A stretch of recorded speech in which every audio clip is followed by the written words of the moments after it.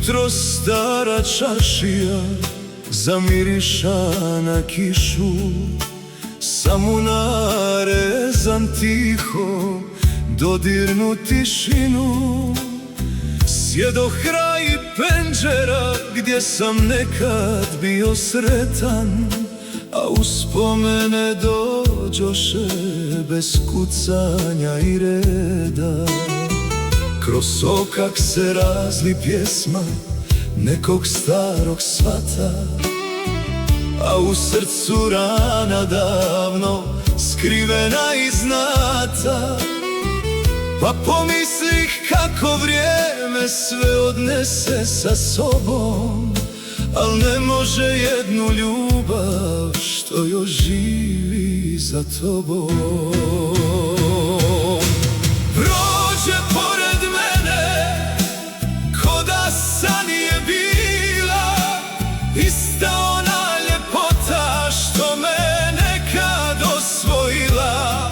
Spusti pogled prema zemlji, ništa ne izusti tad, a u meni osta cijeli jedan život mlad. Prođe pored mene ko behar u proljeće, neke stare ljubavi nikad ne odlete.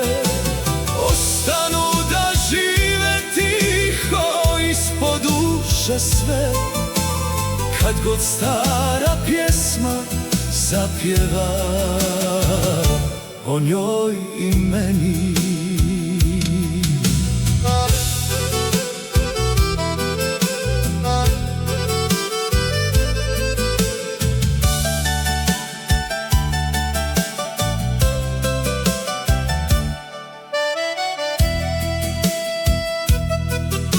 Na kapi vrijeme ostavilo svoje bore, na mom licu godine, u srcu isto more.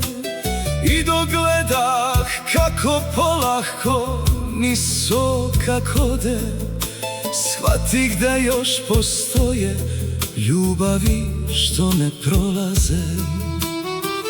Mir, sreća, uvijek ono što čovjeku pripadne, nekad samo uspomena kraj duše ostane. Ali to je dovoljno da čovjek život prođe, čuvajući jednu sliku što nikada ne prođe. Prođe pored mene ko da san je bila, ista ona ljepota što me nekad osvojila.